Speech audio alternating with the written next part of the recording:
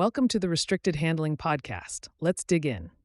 Here's what's been going on in Russia in the last 24 hours. Let's kick things off with Ukraine, and we've got a bit of a continuation from what we touched on yesterday. Ukrainian President Volodymyr Zelensky confirmed that Ukrainian drone defense experts and interceptor drones were sent to Jordan to help protect U.S. military bases from Iranian Shahed drones.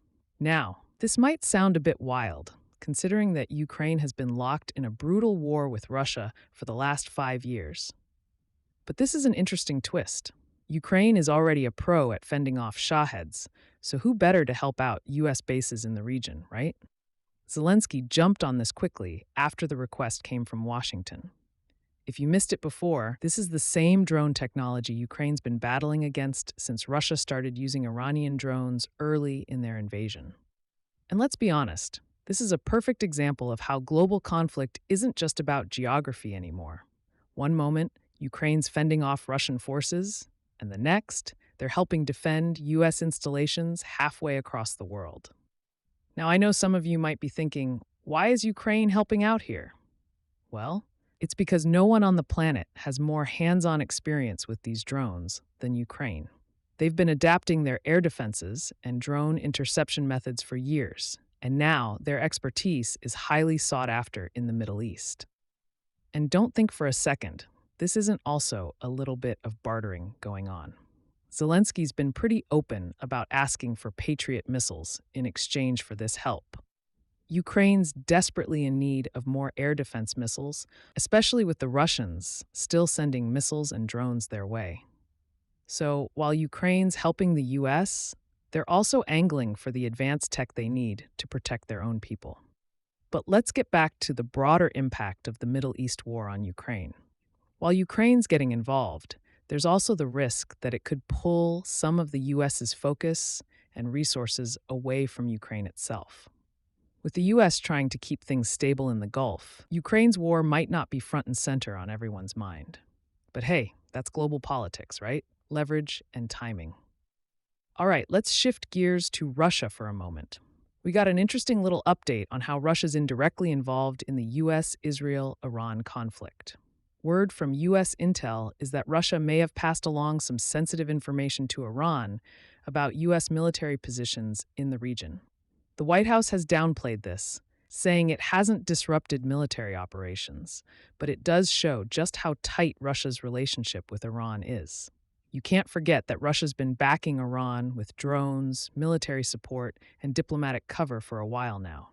And the latest development? After Iran's Supreme Leader Ali Khamenei was killed in the U.S.-Israel strikes, Putin sent a congratulatory message to the new Supreme Leader, Mojtaba Khamenei.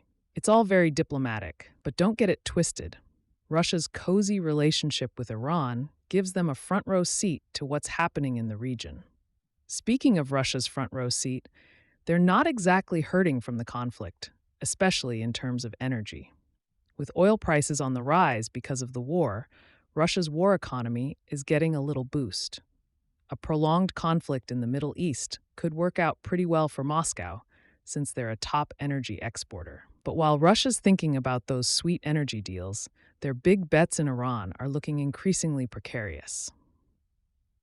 Russia's investments in Iran, like oil pipelines and the Bushehr nuclear project, are facing a lot of uncertainty.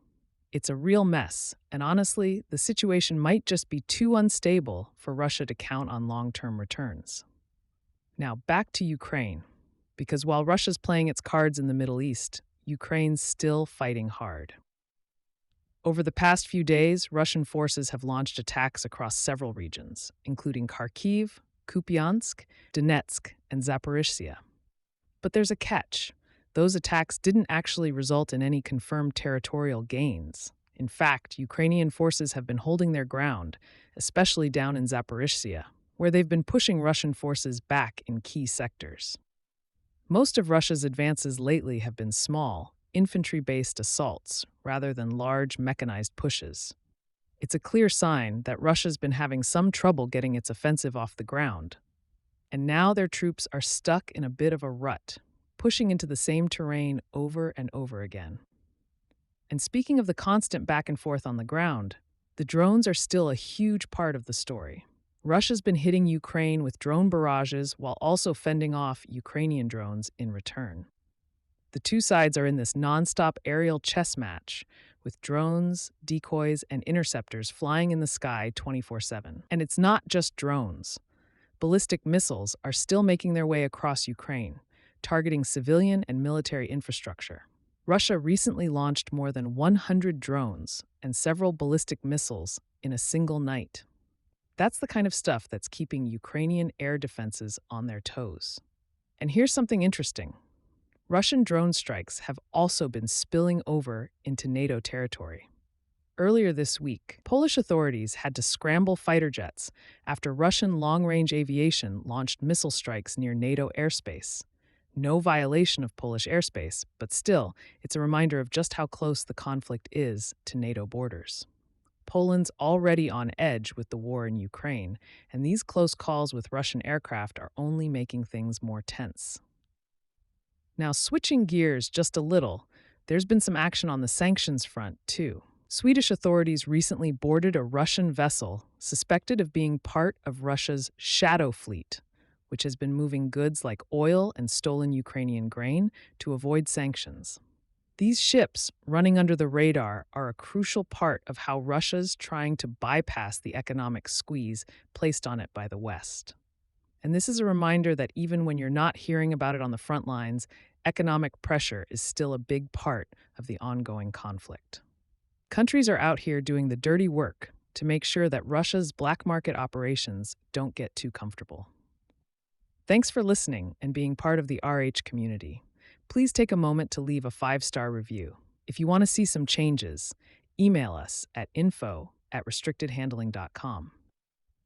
We also publish a daily written intel brief on Substack, where you'll find even deeper coverage of Russia and China, along with insights on Iran, the Middle East, and the DPRK.